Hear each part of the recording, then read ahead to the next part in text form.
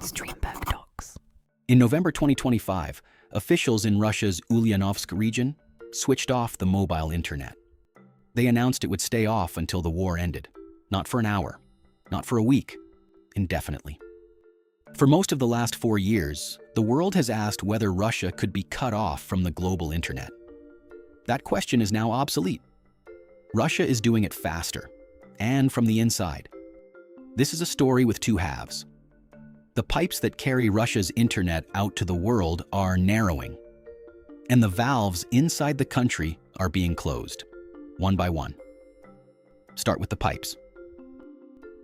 Russia has roughly 133 million internet users, more than 90% of its population. Their traffic leaves the country through fiber running west into Europe, south into the Caucasus, and east toward Asia. Most goes west. The western routes matter most, because that is where the servers are. And since 2022, the list of available routes has been shrinking. Ukraine's links went first, severed by the invasion itself. The list got shorter. What remained was a handful of neighbors: Estonia, Latvia, and Lithuania, Belarus overland into Poland, submarine cables across the Baltic, and Finland. Every one of those, except Belarus, is now NATO territory. Finland became the funnel. A telecom source told Russia's Kommersant that since 2022, 60 to 70% of Russian operators' foreign traffic runs through Finland. That is one anonymous estimate, not a verified figure. In July 2026, the Finnish grid operator Fingrid told Russian telecom operators it would stop maintaining the transmission pylons that carry fiber optic cable across the border. The reason was not politics, it was money. Russia stopped selling electricity to Finland in 2022. Once the power stopped flowing, keeping the towers standing purely for data stopped paying for itself. The lease on the fiber was simply not renewed. The two sides describe it differently.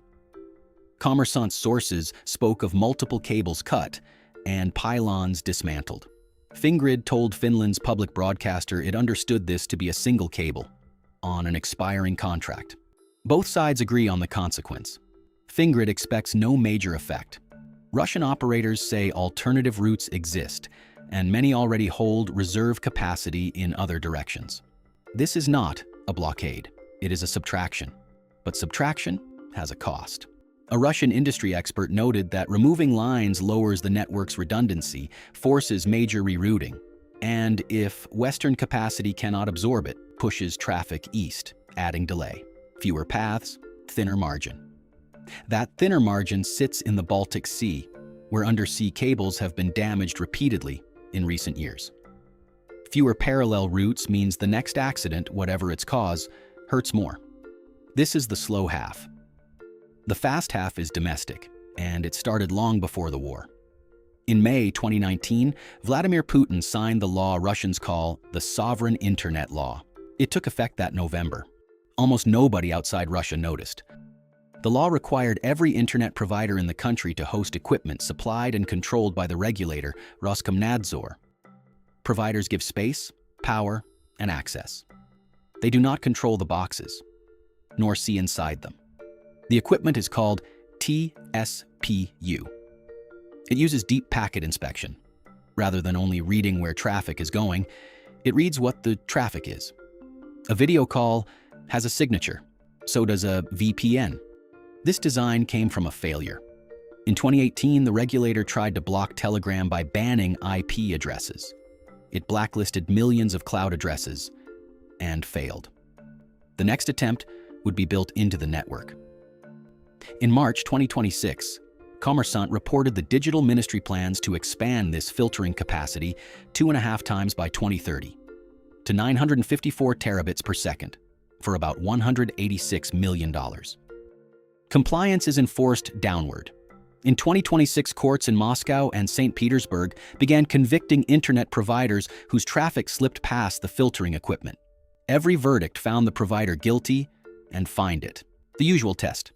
YouTube. Blocking at scale is routine. Russian authorities blocked around 417,000 websites in 2024 alone, according to analysis of regulator data. More than 85% of those blocks were imposed without any court order, no judge required. Then came a subtler tool. From June 2025, Russia's largest providers began cutting off connections to Cloudflare-hosted sites after the first 16 kilobytes. Pages load halfway, then stall.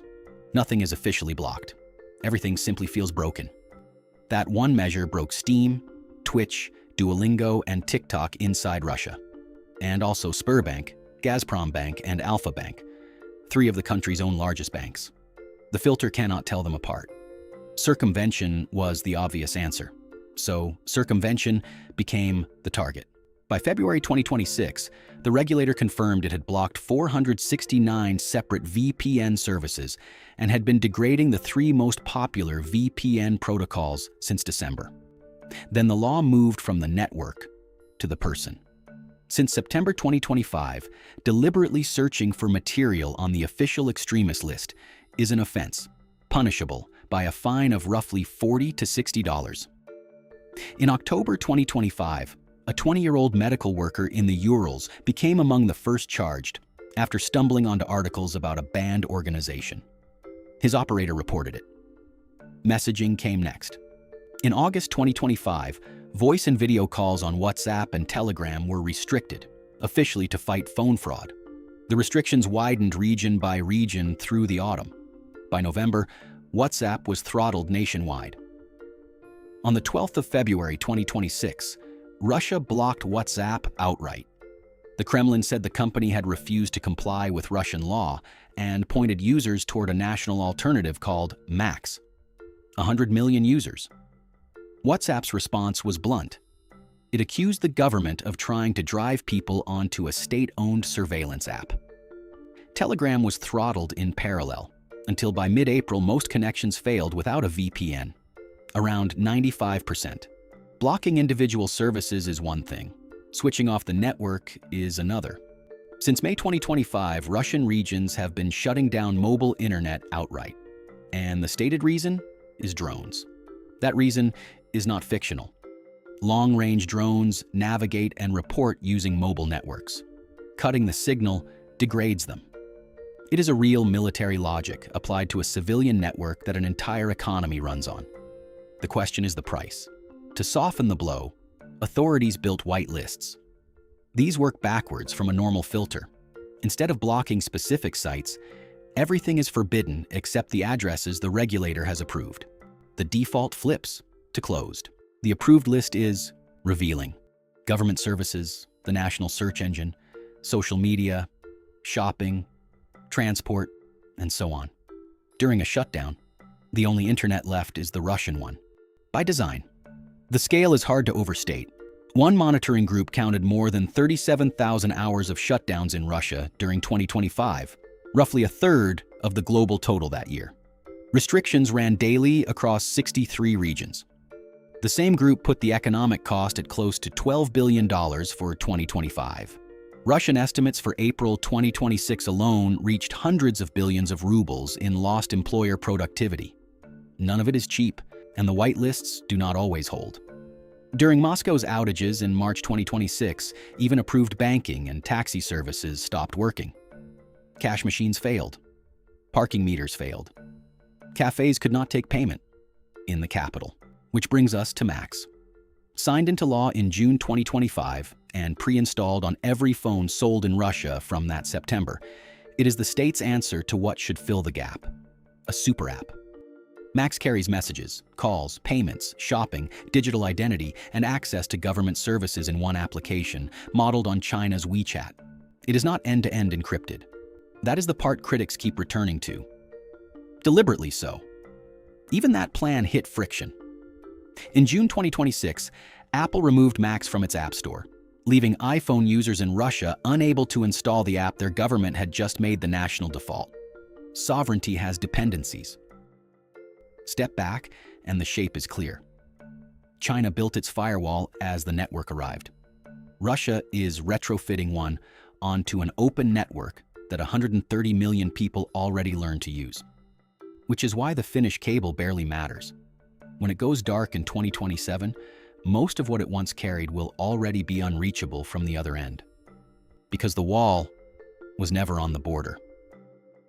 Feel free to subscribe for